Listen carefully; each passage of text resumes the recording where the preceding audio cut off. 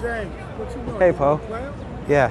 $5 to the winner. $5 to the winner, yes. Oh, let's do 5.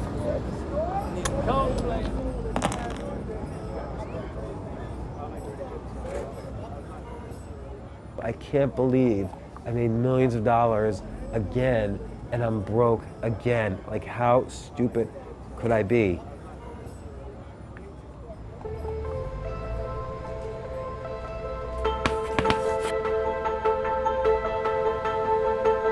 2002, I was dead broke, and nobody would hire me. I was an internet guy, I was the internet bus, and I wrote some software for investing, but no one at this point would listen to me on investing because I had lost all my money. I was just a mess, and I was losing my house, and I was afraid every day. I was scared to death every day. I thought it'd be better to kill myself, and my babies, who wouldn't remember me, would be able to get my life insurance policy. This dude is like the realest dude in the podcast world. I needed a new way now to judge myself because I was a 0. And in fact, my self-worth probably was 0. Why is this always happening to me? I keep making money, I keep losing it, all of it. Losing relationships, making relationships. I mean, I had done this so many times, it was statistically significant. It was like I was a one-man science experiment about failure.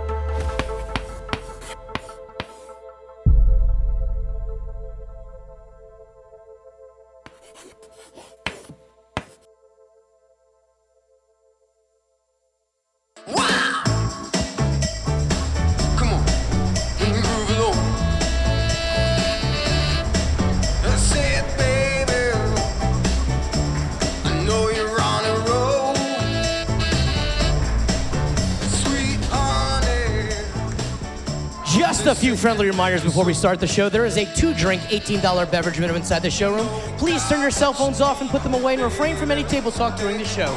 Please note that in recording of the comedians, heckling, calling out to the stage can and will result in removal from the audience. If you need to use the restrooms, they are down the stairs to the left of the stage. Now, are you guys ready for a great show? Please put your hands together. The author of Choose Yourselves, James Altucher! Wow! First off, let me just say, dogs talk to me. I have a special connection with dogs. Dogs do not want to jog with you, right? Who jogs with their dog here? Just admit it. Some of you jog with your dogs, and some of you are Jewish. It's okay. The dog is bred to run faster than you. That dog is just playing with you when it jogs. That dog is thinking, you know, fuck this guy, like, I'm just jogging with him so he gives me a cracker at the end. People always like pretend like they don't want so much out of life. I just want someone who's kind and who loves me. That's what everybody says.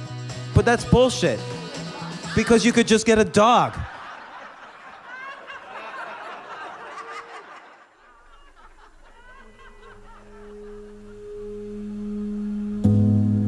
What was I doing right on the way up? What was I doing wrong on the way down? It's not just 2 times or 3 times, it's like 10 times. I made bad decisions, I went broke. I was just left empty, in despair, or lonely at the end. I had failed and succeeded, and I started over 20 businesses, 17 of them failed. And we unfortunately live now in this culture that almost glorifies failure. Like, we're supposed to be so happy, oh, fail fast, fail. It's like this failure pornography almost, that we just worship people who fail and then somehow succeed. But I can tell you, like, failure is really unpleasant. I was like, you know what? I hate this. I hate my life. I have no friends. I'm living in the middle of nowhere. I try to see my kids when I can, but they're busy at school and whatever. I really had nothing going on. I was like a drunken rock star on steroids. Like, I went from $15 million in the bank to $46 in my ATM machine. Like, I had nothing left. I was getting my house was being lost. I was losing my marriage, losing my family. I was so ashamed. I couldn't talk to any friends, so I lost all my friends. And I remember I took this walk, and near where I lived, there was a little island. You had to go across this bridge. There was a little island, there was a little beach. And I just like, pretty much fully dressed like I am now. And I just like waded into the water and just went underwater and swam for a while. And it was a hot, sunny August day. Failure is really unpleasant, and it's much better to view it like an experiment. Like Thomas Edison, you know, he didn't fail 10,000 times when he was making an electric light bulb. He just experimented, and then he made an electric light bulb. We don't consider that the guy was lying on the street about to kill himself on the very first try. He tried 10,000 times. I walked home that day, and I was just soaking wet, like all my clothes. And so I had to ask myself, well, let's really see. What was I doing right on the way up? What was I doing wrong on the way down? And it turned out to be a simple formula that I started applying in my life every single day. How was I treating myself physically in terms of health? How was my emotional health? How was my mental health, which is different than emotional health? And how was my spiritual health, which is also different than mental and emotional and physical health? I suddenly had this like, almost like a vision. We all have physical bodies, and if part of your heart gets clogged, there'll be blood will build up somewhere and burst, and you have a heart attack and you die. But to me, I was looking at it suddenly in this three-dimensional way. You have a physical body, you have an emotional body, you have a mental body, and you have a spiritual body. And not only do each of these bodies have their own kind of blood, but the emotional body had its own kind of emotional blood. The mental body had like a creative blood. The spiritual body had its own kind of blood. This is just a metaphor, but it's almost like it was like downloaded into my brain. There's a blood that connects all four of the bodies, and you can't have a clogged artery anywhere. You can't have a clog between the four bodies. You can't have a clogged up emotional artery or a creative artery or a spiritual artery, or you'll have a spiritual heart attack. You'll have an emotional heart attack. Or if something's clogging the connection between your emotional life and your spiritual life, that will create some kind of attack on your well-being. Money, success, friendships, connection, all of these things that are important to live a well-fulfilled life, a life of contentment and well-being, is a byproduct of having a healthy, functioning four bodies: physical, emotional, mental, spiritual. Okay. Bert Kreischer is at the studio, so we're gonna go over there. You guys, I'm gonna beat you there because Bert's there. I decided that there were four distinct things that were working for me every time I was on the way up, and four things that were failing for me every time I was on the way down. So the first thing was physical. Oh, you know what? Eat, move, sleep. Is it okay if you walk down with me? This is the best way to move in the morning. It's like easy exercise because I'm not on a treadmill. It just simply gets me to where I want to go. And it's better than sitting around waiting for an elevator. It's usually faster than the elevator. Then I get to meet people in the hallway. Eat, move, sleep. Eat well, move well, sleep well. What's moving well? You see all these guys go to the gym every day. That could be moving well. Maybe just I live on the 7th floor, maybe just taking the stairs up and down and walking to my meetings, that might be moving well. There's lots of definitions of moving well. Every day, I was gonna try to 1% improve how I was acting physically. I was gonna walk more, I was gonna eat a little better, I was gonna sleep a little better, I was gonna stop staring at computer screens as much, I was gonna start to laugh a little bit more. I'm scared to death because most of my guests, some of my guests I know and they're friends. Some guests, like this one, I'm a big fan, but I don't know him. And so I have to figure out, like, is he gonna, how am I gonna be friends with him? What am I gonna do? Am I gonna remember anything? Am I gonna ask stupid questions? I get really nervous, but I think the nervousness could be a healthy thing. I don't know. People say it is, I don't know. You know, the average kid laughs 300 times a day. And I could see that. The average adult laughs, guess how many times a day? 5 times a day. What the heck happened? Let's go in there first. Cheers. So happy you could do this. I don't know why I have all the fruit on mine, but I take this fruit out of mine. I'm gonna if I'm anxious about, does this person like me? Or this person just said he would buy a company I started. What if he changes or she changes her mind? I'll get anxious.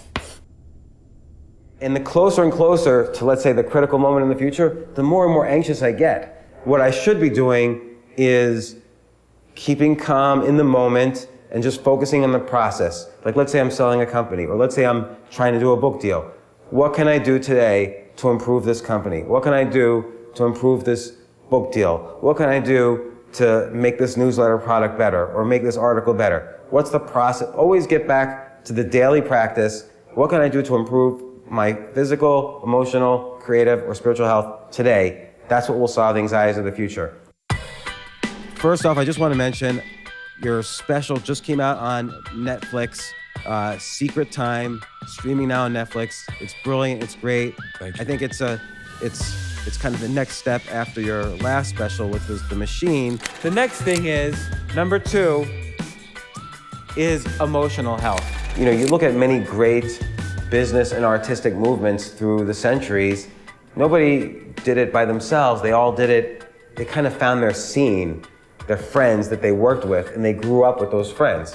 You're not the biggest party animal in the world. You're a parent and a husband. You do these shows, and you're a comedian. You do all these reality shows. You're a stand-up comic. And I feel the special kind of update the audience on your life a little bit more. I made it a commitment. Every day, I was going to 1% improve on being around people I loved and trusted, and people who loved and trusted me. And it started off very difficult. I didn't know what to do. I was on the ground. When you're on the ground, you can't just suddenly, jump up and say, hey, life is great. You're on the ground. And so here's the first thing I tried to do, my first experiment in being around people who love me. Of course, it always starts with an ad on Craigslist. Like you look at, the rise of the computer.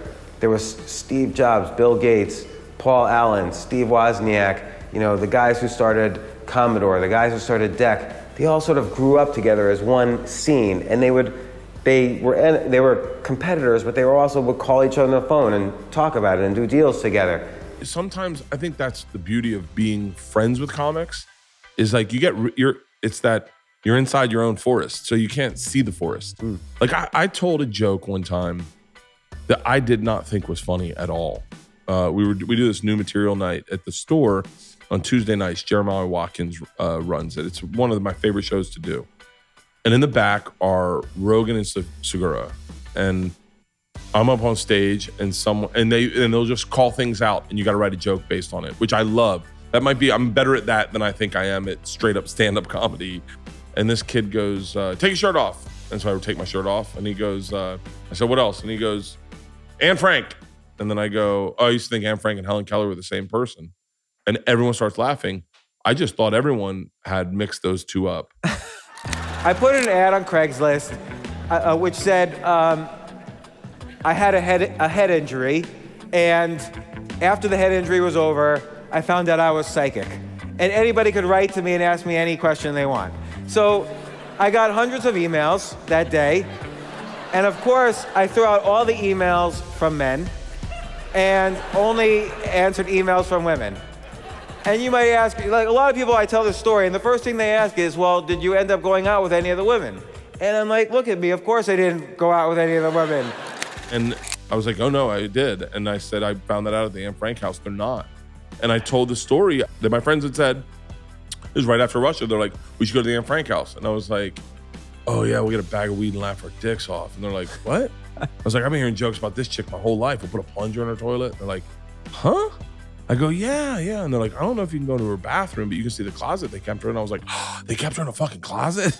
And they're like, yeah, the Nazis were looking for her. I go, the fucking Nazis were looking for her? I was like, how many times did this chick roll snake eyes? Can't see, can't hear, can't talk, locked in a closet. Nazis are looking for her. And then I was like, wait, how did the Nazis not find her? Banging around in the closet. I get off, by the way, People are laughing, but I'm oblivious to why they're laughing. I get off stage and Rogan's like, dude, that's a bit. And I went, no, I everything's new. And he goes, no. That is a bit. And I had taped it, luckily. I had taped it. And I went to Omaha the next week. And I'm telling you, when I started the thing, I literally was shocked anyone was laughing. But very important for me to always be around now people I love and trust. And the difference in my life has been remarkable. I don't want to be in a business relationship with someone toxic ever. I'm an adult. I don't need anyone to yell at me in front of a group of people. That is not happening in my life. I not allow that. So that's how I choose myself emotionally in a business sense is I don't want anybody getting me in unprofessional deals or unprofessional situations or someone who's dishonest. I want my friends to be honest. I want my friends to be caring for me. I want to care for them. And you know, the best is when you're seen as all emotionally healthy and you're able to love each other as much as possible. Does that mean you don't give anyone a second chance? Of course not. But I find that people have to earn their second chance, and that becomes difficult for many people.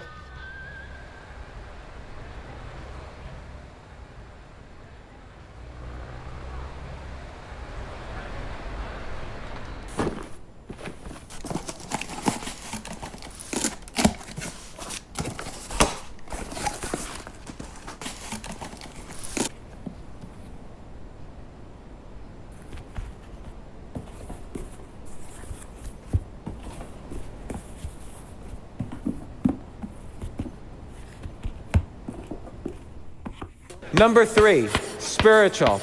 And I don't like using the word spiritual because it means something different for each person, so I'm gonna call it creative gratitude. So I wanted to do this podcast. This is a podcast, we're recording it. I wanted to do this with Ryan because 5 years ago, I wrote Choose Yourself, and Ryan Holiday was helping me with every aspect of publishing this book, including the marketing. You have this great email newsletter, The Daily Stoic. You've kind of been responsible for popularizing the philosophy of Stoicism right now. In particular, this one email, everybody always says, live today like it's your last, which is a really ambiguous line. Like, are you supposed to just like take a lot of drugs and have a lot of sex because it's your last day? Or do you be the best person you could be because it's your last day? Like, it sort of doesn't mean anything, that line. And you reword it so it does mean something. And I thought that was really fascinating. The email was sort of about this observation from Seneca, who's one of my favorite Stoics. And he was saying, you don't live each day like it's your last. You live each day like it could be your last. Basically what he's saying is like, you should have your shit together, but you also don't know if it is or isn't your last day. So if you know for certain the world is ending tomorrow, then basically nothing matters. But if this could be your last day, then there's a lot of shit that you have to take care of. Think of the phrase complaining is draining. How many people just today have at least complained once? And I know I have. So raise your hand if you've complained at least once. But just think, like maybe you were in traffic on the way here and you were like, honey, you just missed the ramp because we're gonna miss James Altucher's talk. The key is though, this is an opportunity to solve difficult gratitude problems, I call them. Like you could say to yourself, in this example, wow, I live in such a great and innovative city that everyone wants to be here, and that's why there's traffic. So I'm here and everyone else here because it's such a great city. I want to open it up now for Q&A for both of us, and this is all still part of the podcast. So Jay, this is still part of the podcast? Yeah. Okay, so Jay, you choose who answers questions. All right, sure. Check. All right. It's so cool being here. It's weird, you know. I feel like I'm friends with both of you, even though you don't know who I am. But I feel like I've read your books. I've just heard your voice in the car for years. What I really wanted to bring up, this is not a question, but this is something that I'm on the Metro North and I'm flipping through this book, which I read years ago, and I stumbled upon this passage that I wanted to tell you about. And this was the Simple Daily Practice chapter, right? And you write, if you think everything would be better off if I were dead, then think, that's really cool. Now I can do anything I want and I can postpone this thought for a while, maybe even a few months, because what does it matter now? The planet might not even be around in a few months. Who knows what could happen with all these solar flares? You know the ones I'm talking about. Yeah, and it's funny because I just had this conversation with someone earlier today, which is that suicide's a horrible thing because in the beginning, it's like this funnel and you're like a marble in a funnel. Yes. And you think you have like these huge amount of choices and it just gets smaller and smaller and smaller until you feel like there's one way out.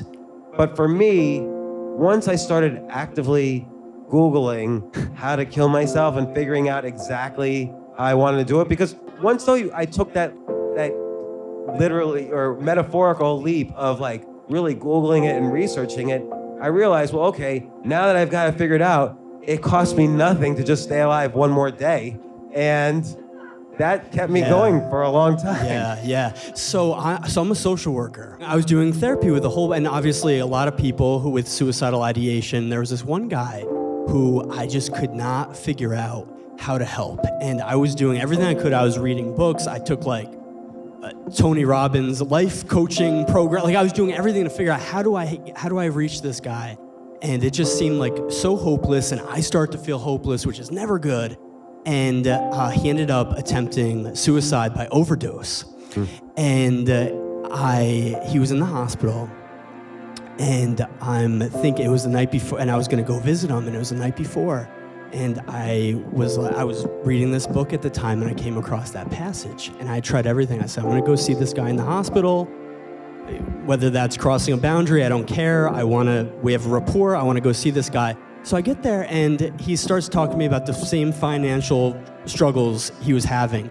I said, hold on a second. I said, this is extra. I said, this is all extra. You're not even supposed to be here right now. Consider this extra. I said, right now, you're supposed to be dead. You could do anything you want right now. And it came from this passage. And I never saw him again. And get this, about 4 months went by, and at the practice I worked at the time, all that showed up was a postcard from Ohio that said, I'm okay, thank you. And it was from him. What's your name? Zach. Zach what? Bowden Weber. And, congratulations to you for really taking that extra step. Like you already had the kind of professional training, but then looking towards going that extra mile is what really saves lives and helps people. And I think most people don't. Most people want to do their 9 to 5 and go home because they think 9 to 5 is, that's the hours they're supposed to work. But life is 24 hours a day, for better or for worse. And so going that extra step's really important. That's what you really did for that man. So congratulations on that. Well, and thank you, because it was your words that inspired that. Thank you. Studying the science of idea generation, whether you're an artist or a writer or an entrepreneur, is a worthwhile endeavor, because it's just worthwhile to understand how these works of genius are created.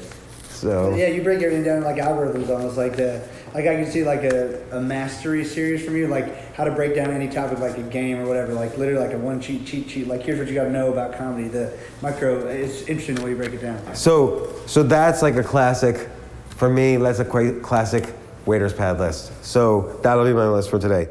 A question for James.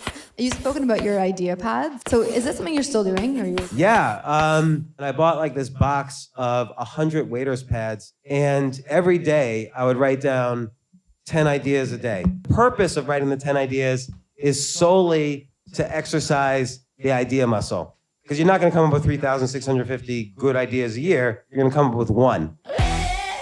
The idea is meta-learning is the same. Learning the language of learning is what you need to learn, but then you could show how it's applied to business. Every creative muscle is just like a physical muscle.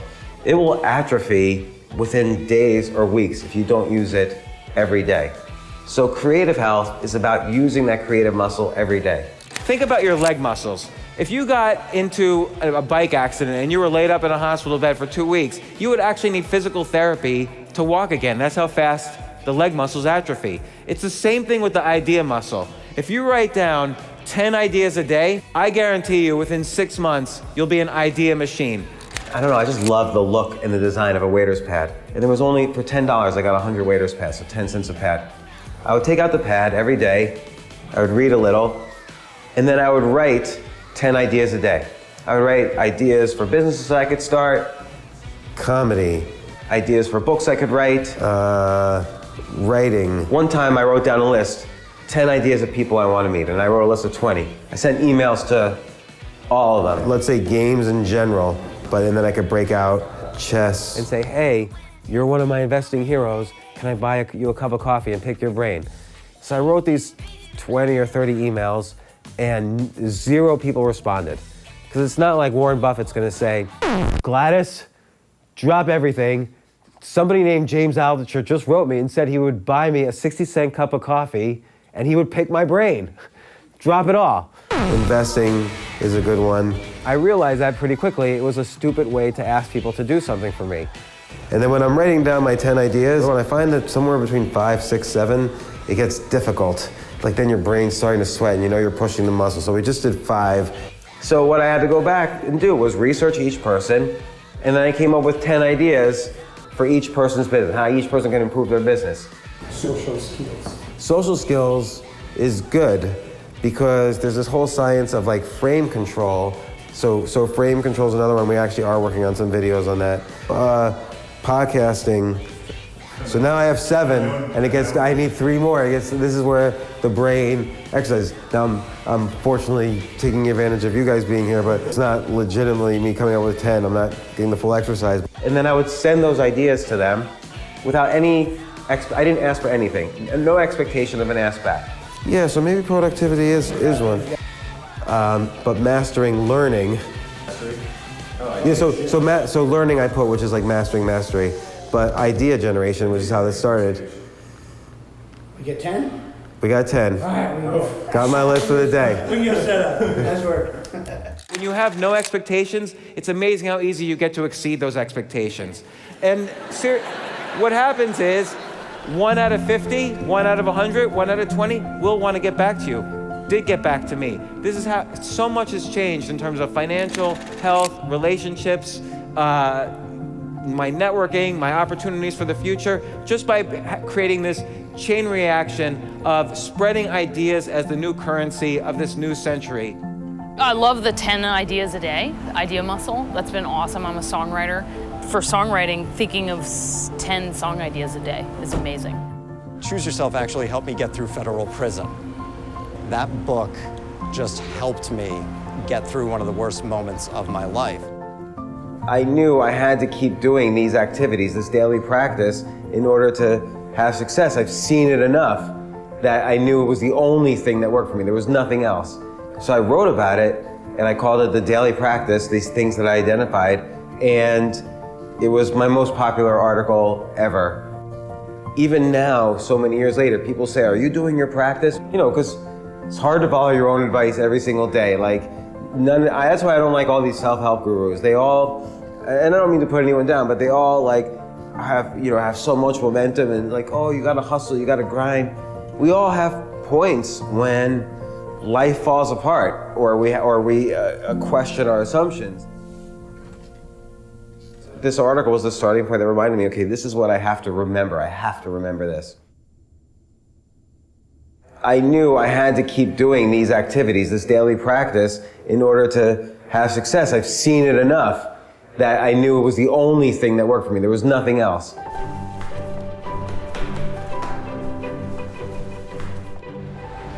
Not only would I write, but every day I would publish. That was my new rule. Every day write, every day publish, and not only that, I don't hit publish unless I'm scared of what people will think. So I would not hit publish unless I was worried, what is so-and-so gonna think of me? And that might be a different so-and-so each time. And instead of focusing on external outcomes like who's gonna call me, who's going to bless me with success, who's going to give me an opportunity, who's gonna buy a company I'm invested in, please, somebody choose me. I always woke up and focused on how I would choose myself by focusing on 1% improvement every day of these 4 bodies. And that changed my whole life because when you do it consistently, It's like you're a member of the Justice League of America or something. I felt like I had superpowers.